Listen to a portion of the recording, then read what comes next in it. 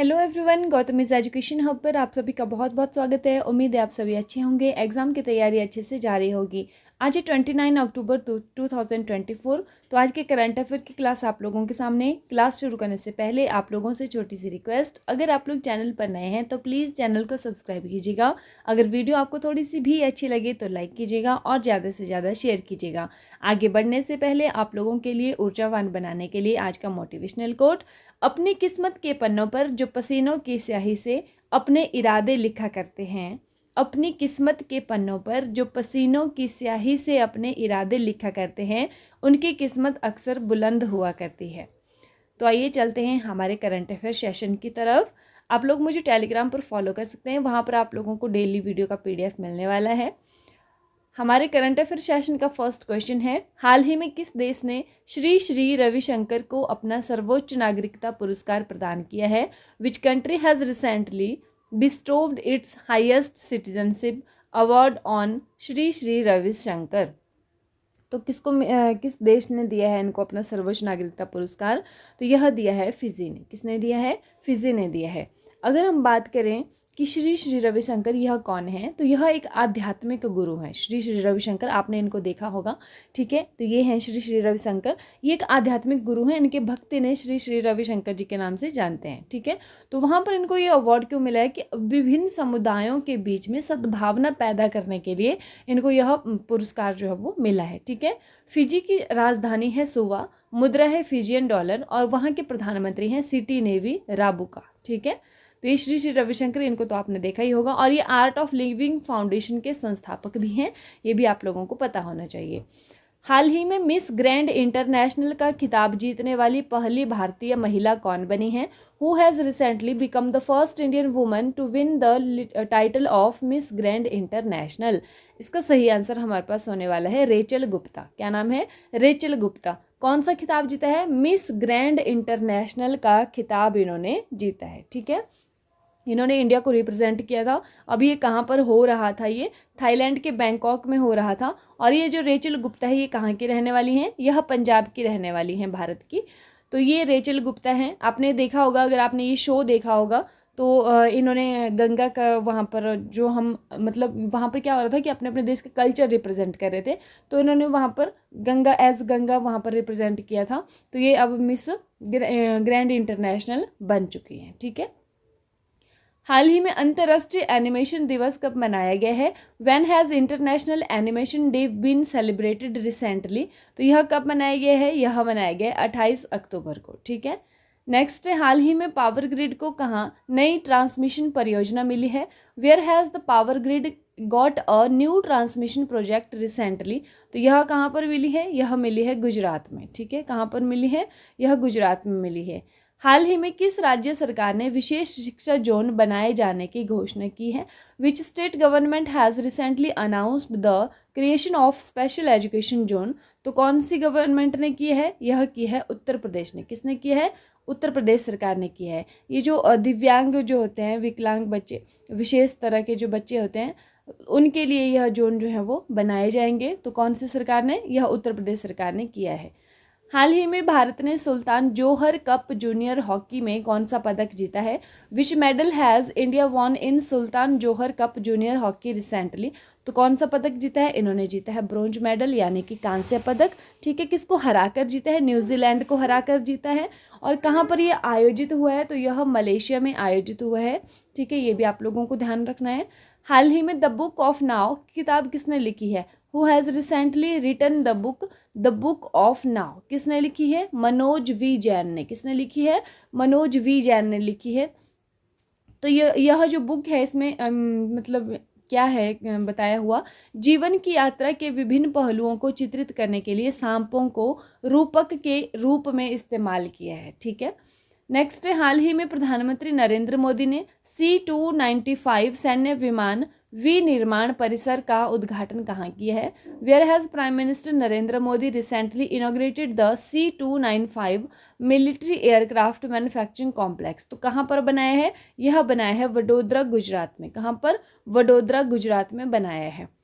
हाल ही में बरदा वन्य जीव अभ्यारण्य का उद्घाटन कहाँ किया है? Where has Barda wild life sanctuary been inaugurated recently. तो यह भी कहाँ पर इसका उद्घाटन हुआ है, यह भी गुजरात में ही हुआ है।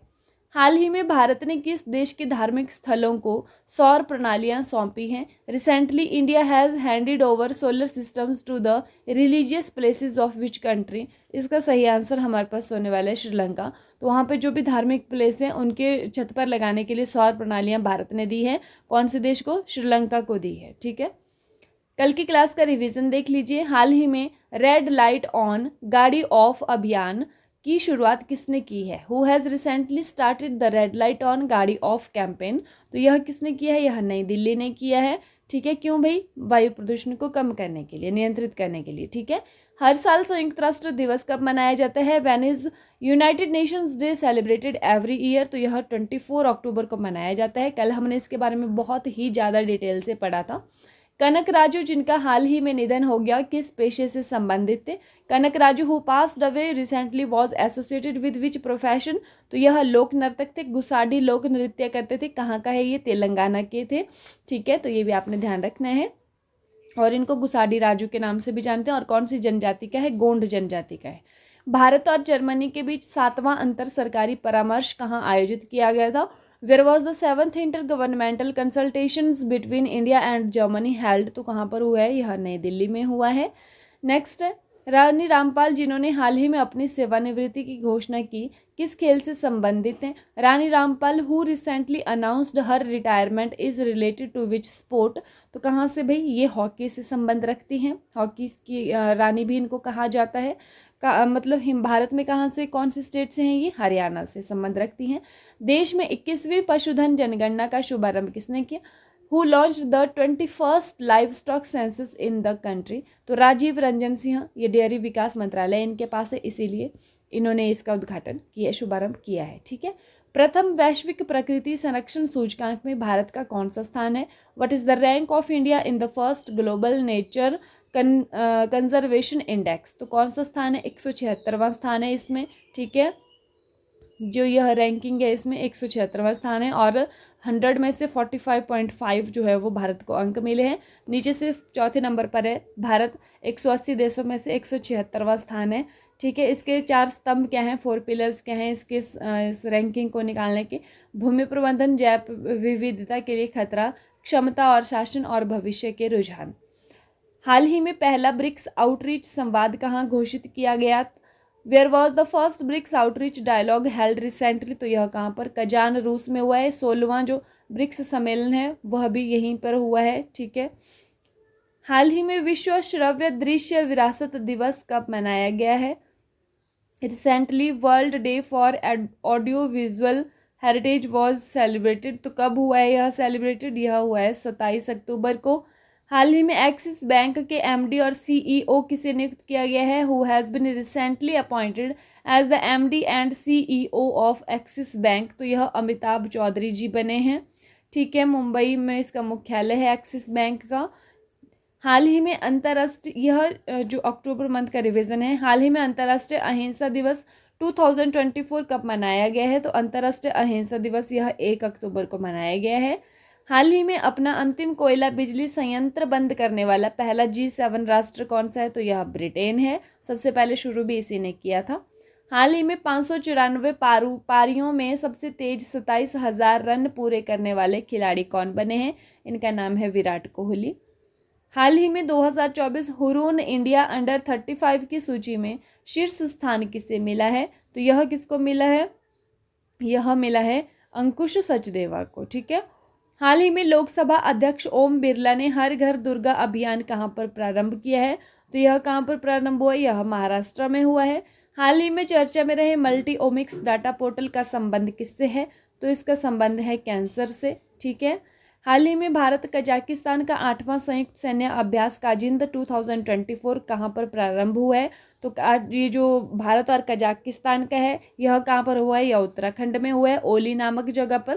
पहले इसका काजिंद नाम नहीं था, पहले प्रबल दोस्ती नाम था इसका। ठीक है, हाल ही में नासा ने सुनीता विलियम्स को धरती पर वापस लाने के लिए किसके सहयोग से क्रू 9 मिशन लॉन्च किया है? उसका नाम है स्पेस एक्स कंपनी की हेल्प से किया है। जब ये गई थी तो बोइंग कंपनी के स्टार लाइनर स्पेस क्राफ्ट में ये गई थी, तो अब वहीं पर फंस गई हैं, तो क्रू 9 मिशन अभी लॉन्च करा है। हाल ही में आयुष चिकित्सा मूल्य यात्रा शिखर सम्मेलन 2024 कहाँ पर आयोजित हुआ है? तो आयुष यह कहाँ पर हुआ है? यह हुआ है मुंबई में। हाल ही में भारत ने क्रूज पर्यटन को बढ़ावा देने के लिए क्रूज भारत मिशन कहाँ पर प्रारंभ हुआ है? तो कहाँ पर हुआ है? यह हुआ है मुंबई में। ठीक है। लास्ट वीडियो में आप लोगों से क्वेश्चन पूछा था कि हाल ही में किस राज्य ने यातायात नियमों के उल्लंघन पर नजर रखने के लिए सिटीजन सेंटिनल ऐप लॉन्च किया है?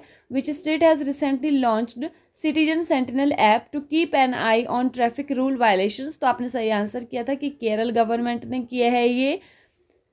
आज की वीडियो का क्वेश्चन देख लीजिए। साहित्य में नोबेल पुरस्कार पाने वाली पहली एशियाई महिला कौन है? Who is the first Asian woman to receive the Nobel Prize in literature? मतलब इस बार का जो नोबेल पुरस्कार साहित्य का वो किसको मिलने वाला है? अभी नहीं मिले हैं, ये 10 दिसंबर को मिलते हैं, तो किसको मिलने वाले ये आप लोग कमेंट करके बताएंगे। ठीक है।